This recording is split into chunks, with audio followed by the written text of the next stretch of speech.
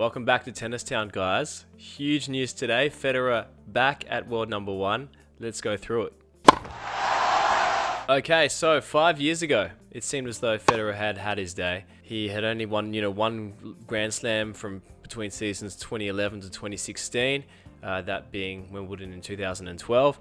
It really looked like he was past it. All of his rivals, Djokovic, Nadal, even Murray, were all in their prime and more or less getting the better of him. And Federer was actually looking a little old and a little past his prime, and you just sort of felt like that was kind of it for him. This was at the time when Nadal and Djokovic were dominating, and then suddenly injuries started happening to these guys. And today, are they the ones that are past their prime? Is Federer the one that's sort of outlasted everybody, whilst the others have gone up, got to their prime, and then come back down? Murray with his hip may never be the same again. Djokovic had elbow surgery after the Australian Open, and Nadal still with some pretty persistent knee issues going on.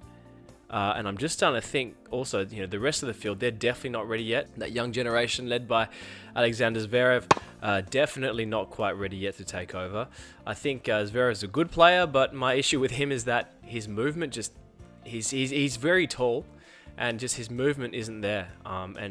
Agility on the court is not really something that you can work on so much as it's sort of inbuilt in your system. You can sort of do a little bit of work to improve it here or there, but it's very difficult to change a guy that's not naturally agile on court to suddenly become, as agile as Roger Federer or Novak Djokovic, for example. So that, I think, is the issue that will hold back Zverev in his career, basically his movement on court.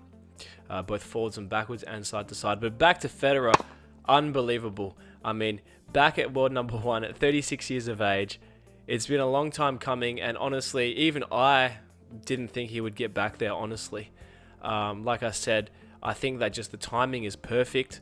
I think it's due to his very, very strict planning and management. He is so good at planning and managing himself and, any niggling injuries he might have, and sort of knowing which tournaments to play, which tournaments to sit out in order to give himself the best chances of moving forwards.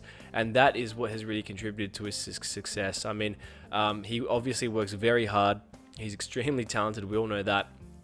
But behind all the hard work as well, I mean, there's a lot of players out there working extremely hard, but you also have to work smart, especially at his age, and that's what he's done. And I think with some wisdom and maturity and all the years he's had on tour, it's helped him in his planning to really focus on what he needs to do to give himself the best possible chance of getting out there and getting results.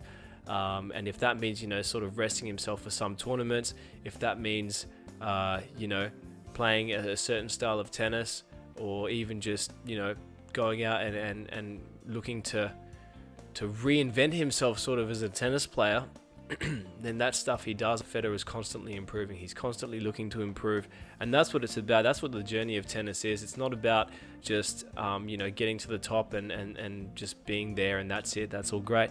It's actually something that as a tennis player, it's just constant improvement. There is no perfection. It's just constant improvement all the time, and that's just unbelievable from Federer. I mean, who can stop him this year? I think that look, it's a combination of his perfect planning, also coupled with the fact that his biggest rivals are all now, honestly, looking a little past their prime. They're all sort of sitting out with injuries, and you just sort of think, with this next generation that's not ready just yet, the timing's been perfect for Federer to come back to world number 1. And my question is, who can stop him this year? Guys, let me know. Really interested to see your feedback, and really interested to see how Federer goes the rest of the year. Cheers for tuning in, guys. Really appreciate all your support. You guys are the best. Gonna keep going with these videos, keep building that Tennis Town community, and we'll see you all soon for another video. Cheers.